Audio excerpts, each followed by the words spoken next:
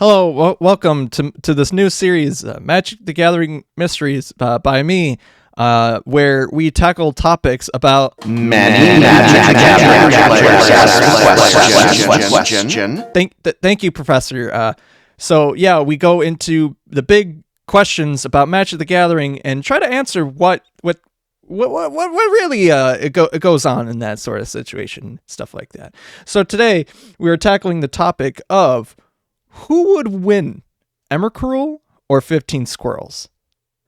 Now, before we, this is a question that's been asked a lot, and it's kind of been memed on quite a bit. Sometimes they're working together, but other times, not so much. It's a lot more adversarial than one would, think. But before we get into like the fight and see who would win, let's look at the competitors. So first, Emrakul. Who the eldritch horror is Emrakul? And I know what you're thinking. Like, you see this tentacle monster, it's like, oh, is this Cthulhu? Well, I mean, yeah, basically. Pretty much. Basically, like, I mean, look at that. Like, look at she's full of tentacles. She's got like a huge, she's all across the plane. Yeah, it kind of makes sense. But to further deliberate in what she actually is, Emrakul is one of the Eldrazi Titans. So we got Emrakul. She's kind of like the brains of the crew, of the three main ones that are known. There could be others, but I don't know. I don't know if there are. As of this point, no. But she's basically the brain. She's a very big old tentacle monster. You can kind of see it with like nerves and like the tentacles being like nerves of like a brain, and like her big old head is like the brain or something like that. That kind of makes sense. But then you also got Ulamog.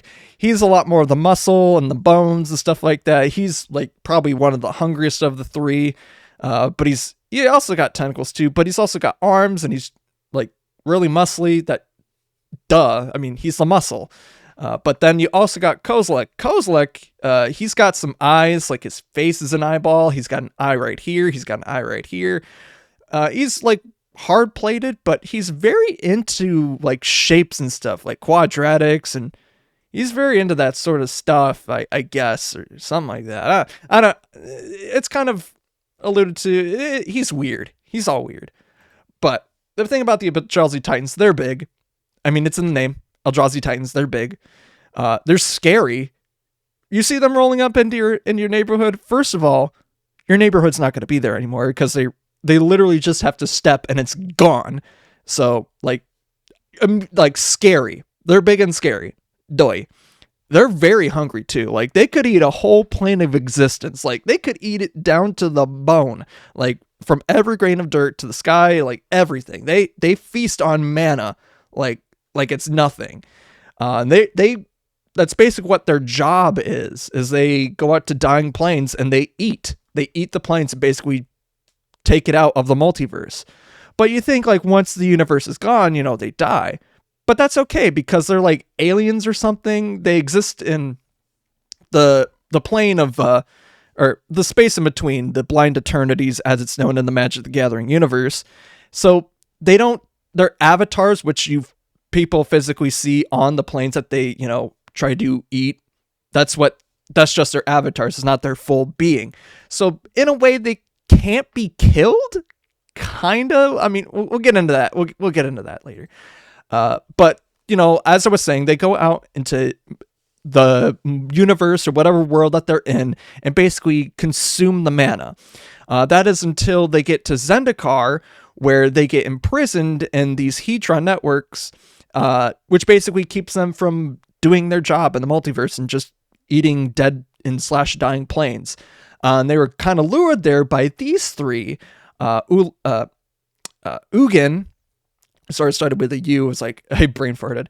Soren and this turd nugget, Nahiri, basically all lured them so that they can be imprisoned on the plane, on Nahiri's plane, home plane of Zendikar, and basically kept them there before they can really do any damage.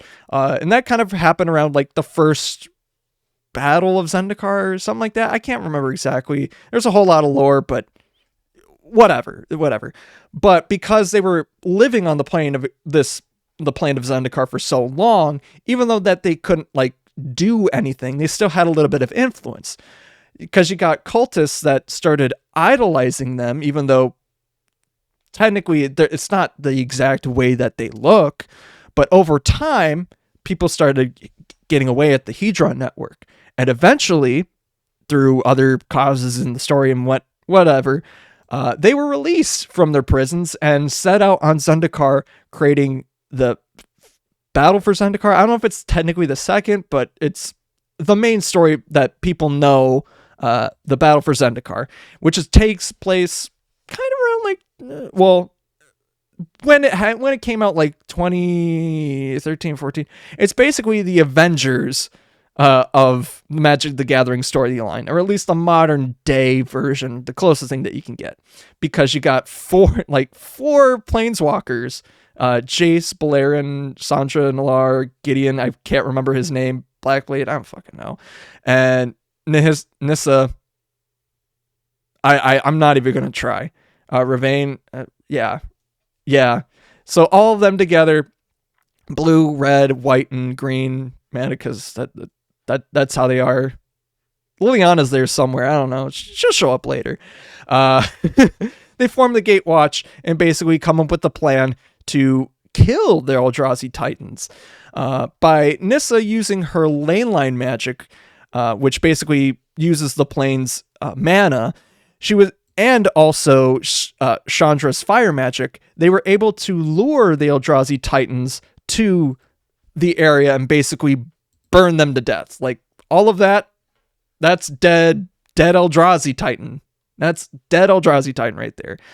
But the thing about it is that this lane line stuff made it actually so that the real full Eldrazi Titans, Kozilek and Ulamog, to actually be dead for real, because, again, through the lane line magic, they were able to bring the whole entity of Ulamog and Kozilek into the plane of Zendikar from the Blind Eternities, thus killing, when they die there, it's like in a video game. You die in the game, you die in real life. And basically, they did just exactly that and destroyed their whole entire beings. But look what name is not there. You got Ulamog, you got Kozilek, but who's not there? That's right, baby, Emrakul. So she just basically says, I ain't having this. And props to Jamie Jones for this art. I love this art. And same with this art too, from John Avon or John Avon or whatever. I love this art. Support the artist. God dang it. But she gets called by that bitch Nahiri over to Innistrad, which is the home plane of Soren Markov, who was part of the group that sealed her away, blah, blah, blah, blah, blah. But just more or less to be spiteful bitch, Nahiri just basically summons Ulamog to the plane of Innistrad way too early, in the plane of Innistrad's life cycle. And Innistrad's not having it. They fight back hard. And now you see, now this is where Liliana does help out the Gatewatch and try to fight back the Eldrazi Titans. And this is literally right after the Battle for Zendikar. So there's almost no time that this happens in the events of the Magic of the Gathering storyline. But at the end, where Ulamog just basically, I think she gets summoned entirely to they basically pulled the exact same thing and try to do the exact same plan that they did on Zendikar, but Ulamog is wise to it, and so basically she uses Tamio's magic here, and of course Nissa's stuff, to basically mind control them to seal herself on the moon and peace out. Kind of like, I'm pissing on the moon! How do you like that, Obama? I pissed on the moon, you idiot!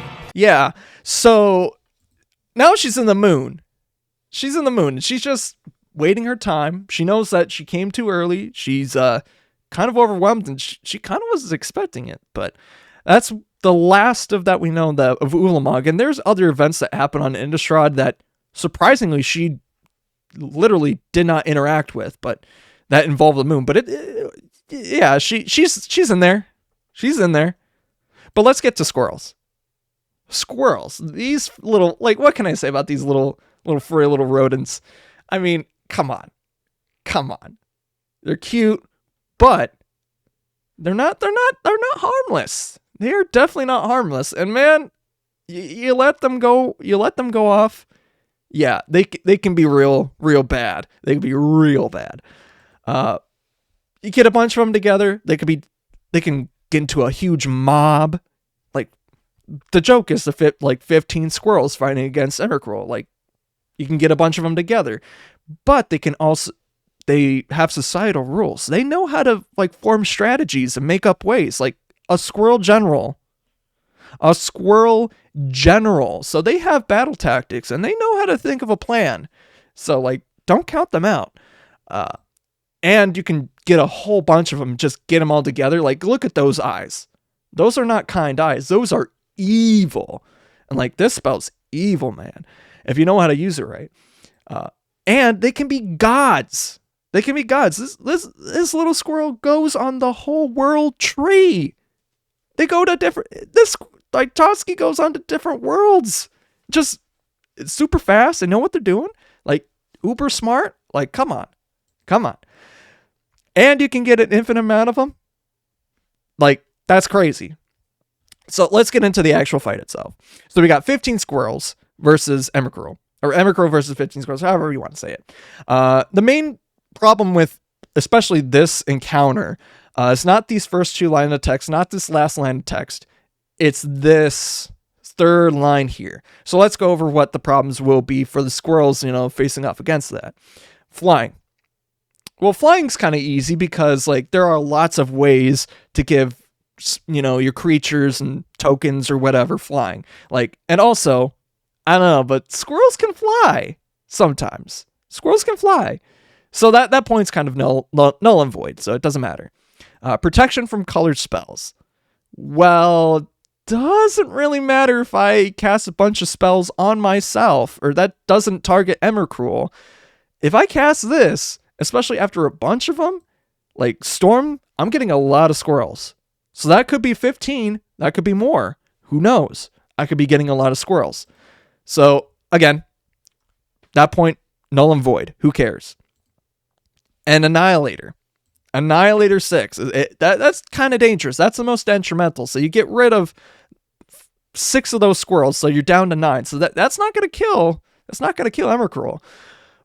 But, like we've already went over this before, you can get infinite squirrels if you know what you're doing. Like, infinite squirrels. So, Annihilator 6, more like Violator 6. So when it comes down to it, I personally think that if you were to face Emrakul, this literal eldritch god, being alien, whatever you have, against 15 squirrels, I think the squirrels are going to win. And like the part like, oh, if they kill Emrakul, it goes into the Blind Eternities. They know how to make a plan.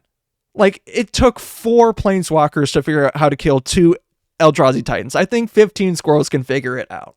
I think they can figure out how to kill Emrakul for good. But, yeah.